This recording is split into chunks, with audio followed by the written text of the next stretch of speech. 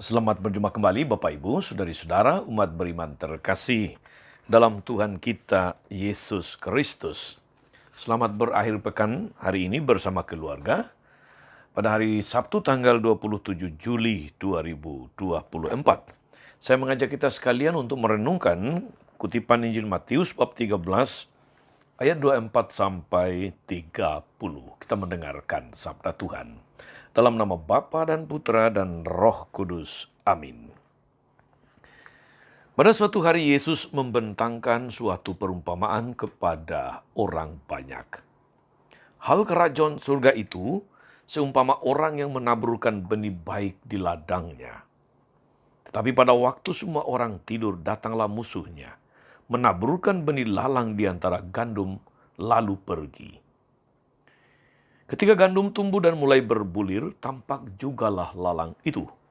Maka datanglah hamba-hamba tuan ladang itu dan berkata kepadanya, "Tuan, bukankah benih baik yang Tuan taburkan di ladang Tuan? Dari manakah lalang itu?" Jawab tuan itu, "Seorang musuh yang melakukannya."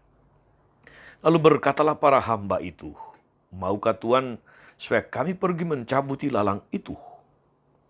Tetapi dia menjawab, "Jangan, sebab mungkin gandum itu ikut tercabut pada waktu kalian mencabut lalangnya. Biarkanlah keduanya tumbuh bersama sampai waktu menuai tiba." Pada waktu itu aku berkata kepada para penuai, "Kumpulkan dahulu lalang itu dan ikatlah berberkas-berkas untuk dibakar, kemudian kumpulkanlah gandumnya ke dalam lumbungku." Demikianlah sabda Tuhan. Bapak Ibu Saudara-saudari umat beriman terkasih dalam Tuhan kita Yesus Kristus. Biarkanlah keduanya tumbuh bersama sampai waktu menuai tiba. Itu dikatakan Yesus menjawab pertanyaan para muridnya menyangkut seorang tuan yang menaburkan benih baik di ladang, tetapi kemudian justru ikut tumbuh lalang di antara gandum. Dia berkata, biarkan mereka tumbuh bersama sampai musim menuai tiba. Saudara-saudari, ayat ini betapa sungguh menggambarkan tentang Allah kita sebagai Allah yang sabar terhadap manusia. Allah yang tidak tergesa-gesa, Allah yang tidak terburu-buru, Allah yang tidak gampang tega kepada manusia. Dia membiarkan apa yang ditaburkannya bertumbuh dan berkembang. Tidak hanya itu, dia pun merawatnya dengan setia. Kesabaran dan kerahimannya maha luas, tidak terukur. Allah kita sungguh luar biasa, kasih setianya. Bahkan kalau kita mau jujur saudara-saudari, Allah kita yang penuh atau penyabar itu dilukiskan oleh orang-orang kudus pada masa jauh sebelum kita. Dengan mengatakan bahwa kalau urusan mengampuni manusia, Allah biasanya segera melakukannya. Tapi untuk urusan menghukum manusia, Allah biasanya menunda-nunda. Itu menunjukkan saudara-saudari tingkat kesabaran Tuhan yang luar biasa untuk kita manusia berdosa yang kadang-kadang justru tidak sadar untuk berubah, untuk bertobat, untuk membarui diri.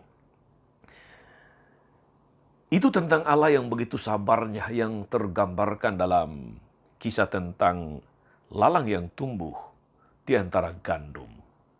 Sementara kita saudara-saudari manusia, kita punya kecenderungan untuk bertindak tergesa-gesa.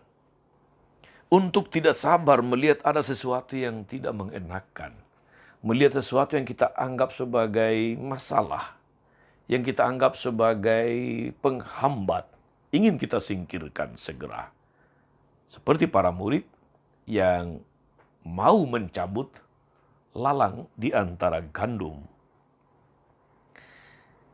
Dan karena itulah Tuhan Yesus mengingatkan kita untuk jangan terburu-buru, jangan tergesa-gesa. Biarkan mereka tumbuh bersama sampai musim menuai tiba. Sebab kalau tergesa-gesa mencabut lalang di antara gandum, gandumnya bisa ikut tercabut. Saudari-saudara, umat beriman terkasih, di sini kelihatan bahwa Allah kita itu tahu dengan baik kapan memilih dan memilah antara ilalang dan gandum. Itu akan terjadi pada musim menuai, musim panen. Sebab yang baik akan kelihatan, yang jahat pun akan kelihatan. Saudari-saudara, Yesus dalam perumpamaan yang ia sampaikan dalam Injil hari ini, ingin menyadarkan kita, para muridnya, para pendengarnya, para pengikutnya, bahwa kejahatan tidak dengan mudah bisa dicabut dari tengah kehidupan.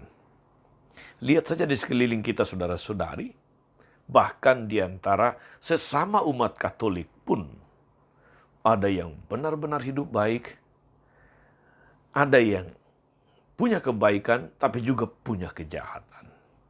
Ada yang KTP-nya Katolik, tapi hidupnya tidak Katolik.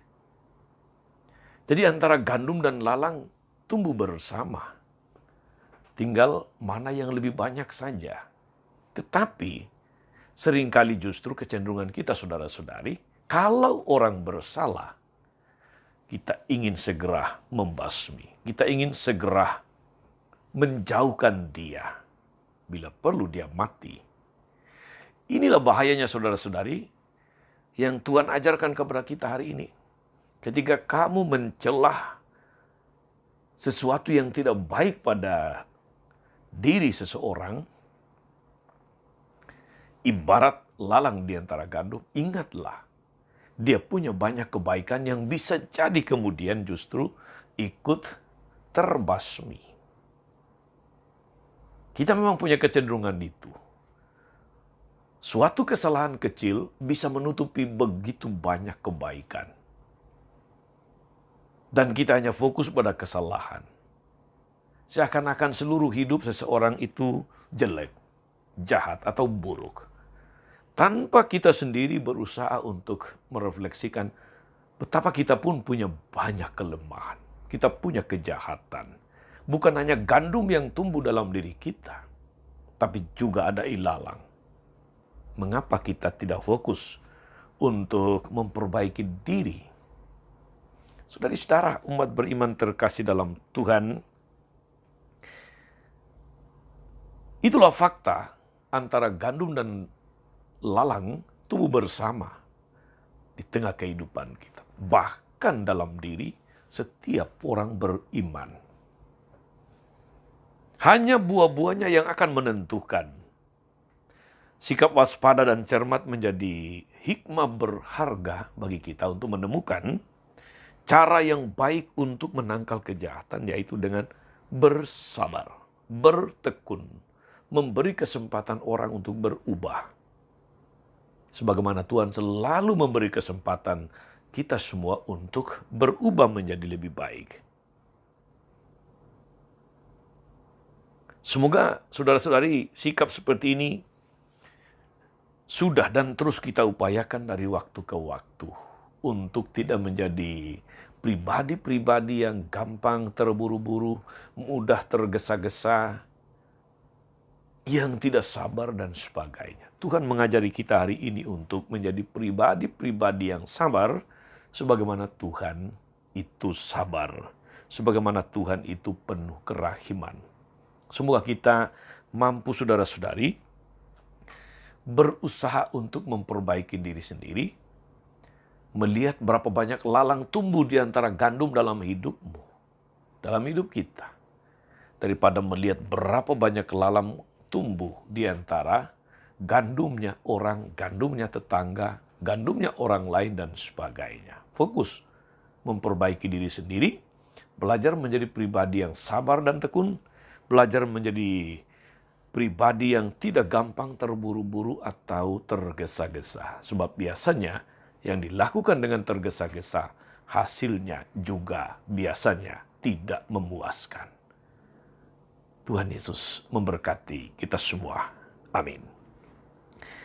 Ya Tuhan yang penuh kasih, kami bersyukur karena Engkau mengajari kami melalui firman-Mu hari ini untuk menjadi pribadi-pribadi yang sabar, pribadi-pribadi yang tidak mudah tergesa-gesa dalam mengambil keputusan, dalam bersikap, melainkan menjadi pribadi yang sabar, yang senantiasa penuh kerahiman sebagaimana Engkau sendiri, sabar terhadap hidup kami manusia, dengan segala macam kelemahan maupun kekuatan kami, dengan segala macam kekurangan maupun kelebihan kami.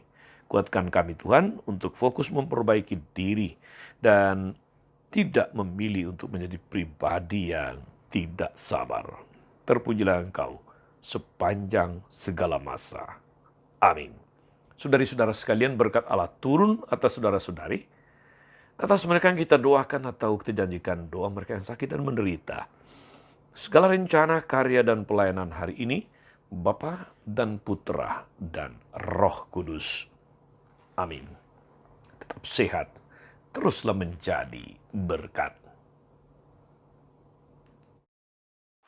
Jangan lupa like, subscribe, nyalakan lonceng notifikasinya. Salam 52, Tuhan memberkati.